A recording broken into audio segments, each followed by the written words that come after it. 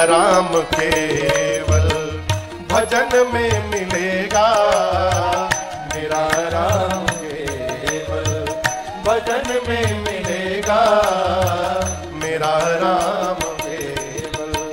न मन में है तो ना न मन में मिलेगा, न पाताल में ना गगन में मिलेगा। ये नारद की वीणा, ये नारद की वीणा है कहती युगों से, मेरा राम केवल भजन में मिलेगा, मेरा राम केवल भजन में मिलेगा, मेरा राम केवल।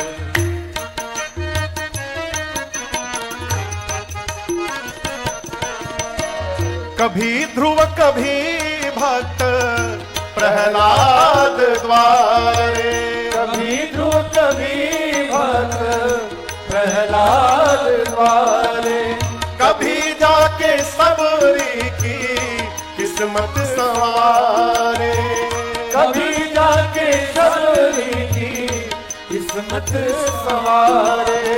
वो अविलंब आते हैं, वे अविलंब आते हैं, दुख की घड़ी में वो पीड़ा और दुख के रुदन में मिलेगा, वो पीड़ा और दुख के रुदन में मिलेगा, मेरा राम केवल।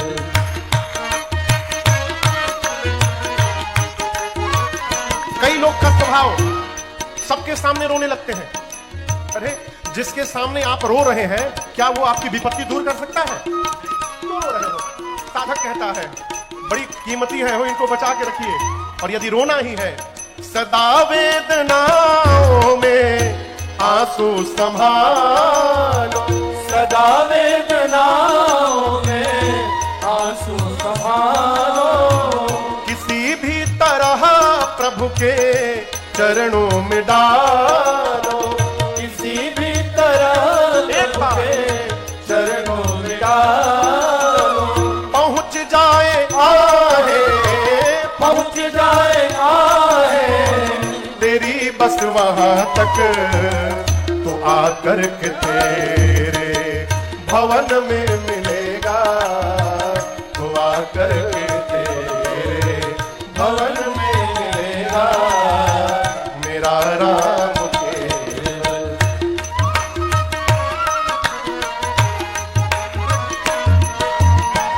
जो राजन विनय से बुलाते रहे, तो राजन विनय से बुलाते रहेंगे, दयालु है राघव जी आते रहेंगे, दयालु है राघव जी वो आते रहेंगे। रहो नम्र राही, रहो नम्र राही, और मीठा वचन हो प्रभु मेरा, मीठे वचन में मिलेगा, प्रभु मेरा मीठे वचन में मिलेगा, मेरा राम केवल भजन में मिलेगा।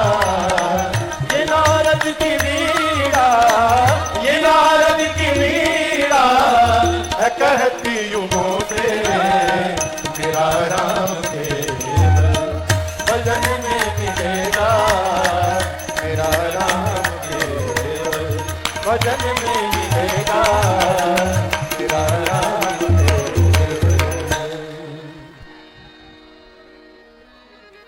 मेरा राम केवल भजन में मिलेगा,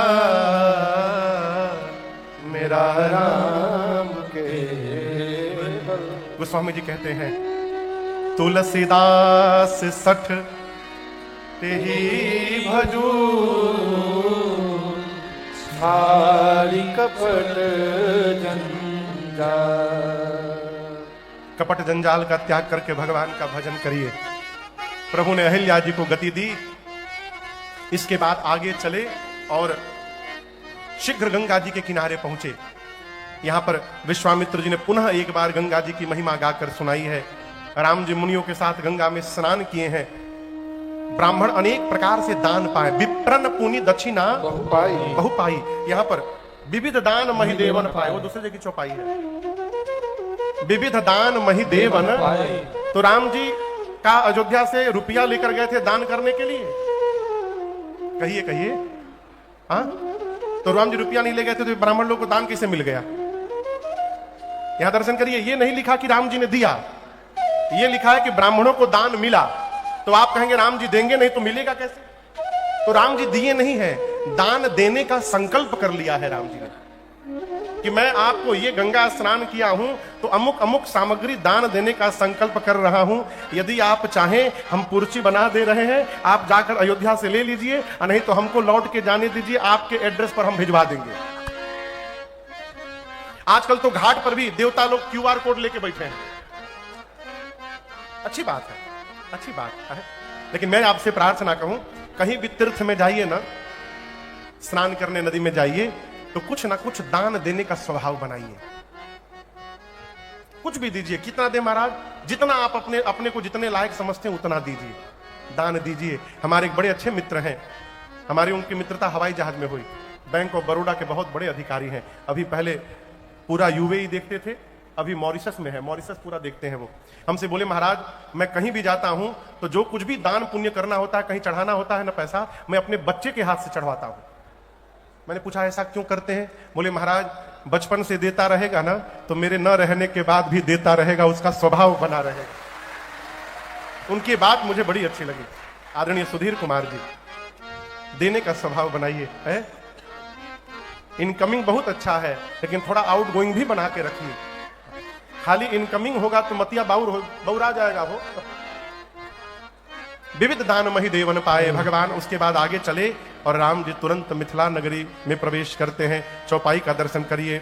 हरसी चले मुनि वृंद सहाया, हरसी चले मुनि वृंद सहाया, बेगे विदेहा नगर नियराया, बेगे विदेहा नगर नियराया, पुर नर नारी सुभग सुचि संता, पुर नर नारी सुभग सुचि संता, धर्मशील ज्ञानी गुणवंता, धर्मशील ज्ञानी गुणवंता।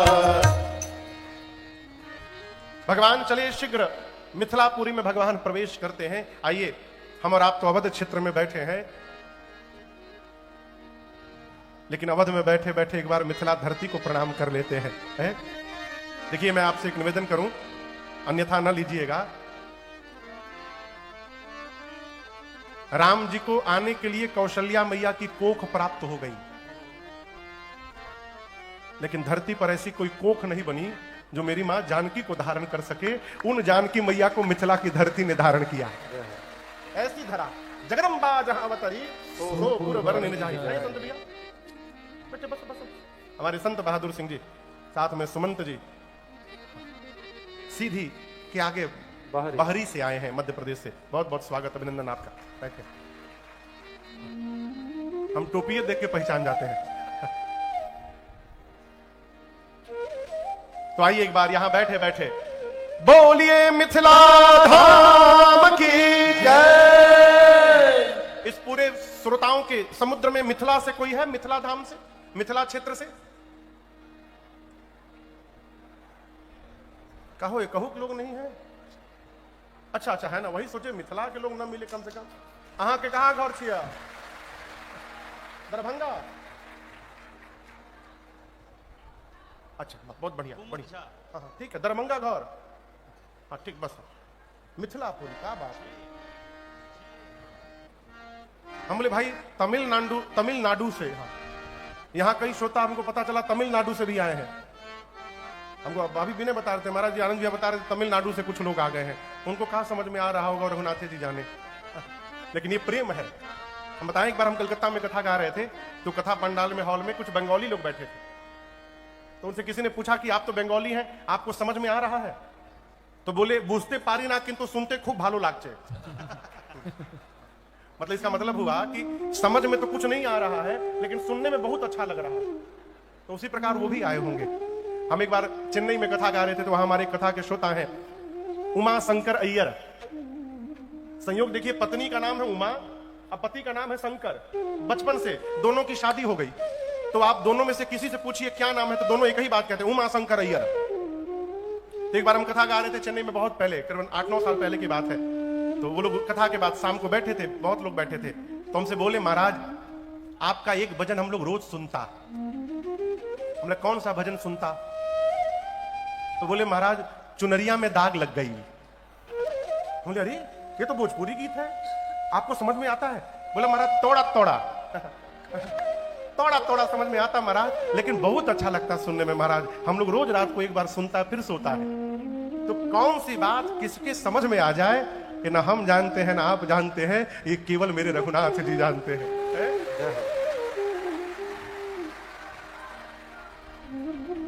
तो भगवान मिथिला में प्रवेश करते हैं, एक सुंदर आम के बगीचे को देखकर। जय जयकार नहीं हुआ ना अभी?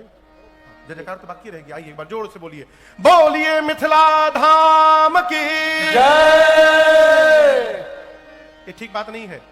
अयोध्या के बाहर पूरा दम लगा के बोलते हैं, मिथिला के बाहर धीरे से बोल दिए, बोलिए मिथिला धाम की जय। ये हुई ना बात। एक सुंदर आम के बगीचे को देखकर विश्वामित्र जी राम लक्ष्मण जी को लेकर रुक गए। कहां रुक गए? कहां रुक गए? जोर से बोलिए, आम के बगीचे में कहां रुक गए? बुलाया है जनक जी तो महल में जाना चाहिए ना, वहां कहां रुक गए? देखिए विश्वामित्र जी सोचे कि निमंत्रण केवल मुझे मिला है, राम जी को निमंत्रण नहीं मिला है। राम जी ठीक है मेरे साथ है, चेला है, लेकिन ये चक्रवर्ती सम्राट के पुत्र हैं, और यदि बिना बुलाए चले जाएंगे राम जी तो इनकी मर्यादा के विपरीत व्यवहार हो जाएगा। सोचे कि मैं राम जी को लेकर यहीं आम के बगीचे में रुकूंगा, जनक जी आएंगे परिचय कराऊंगा, और जब जनक जी बोलेंगे कि इनको लेकर के चलिए, तब राम जी को लेकर के मैं महल में जाऊंगा।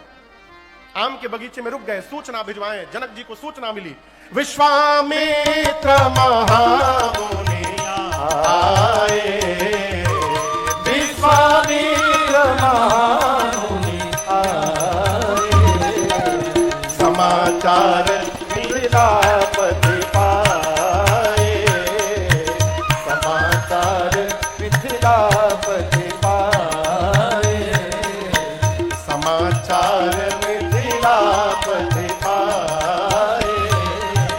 श्री जनक जी महाराज को जैसे सूचना मिली कि विश्वामित्र महामुनि आए हैं, अकेले नहीं गए जनक जी। ये मर्यादा है, कौन आएगा तो कौन लेने जाएगा, ये मर्यादा है। अब गुरु जी आएंगे तो ड्राइवर गाड़ी लेके नहीं जाएगा लेने के लिए स्टेशन चाहे एयरपोर्ट। विश्वामित्र सामान्य मुनि नहीं है, विश्वामित्र महामुनि आए, ऐसा सुना जनक जी महाराज। तो कैसे गए?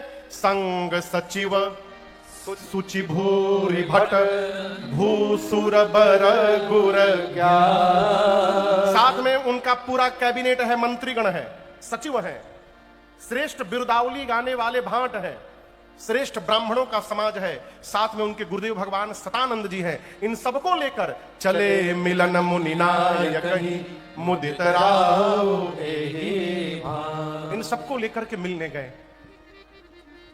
और जाकर पता है जनक जी ने सबसे पहले क्या काम किया? अच्छा, आप जनक जी के रहते तो क्या करते सबसे पहले? आनंद बाबू कहां है? हाँ। यदि आप जनक जी के रहते तो जाके सबसे पहले क्या करते? हाँ, प्रणाम करते। हाँ, बैठ जा। ये काम जनकों जी किए। हाँ, लेकिन जनक जी कैसे किए?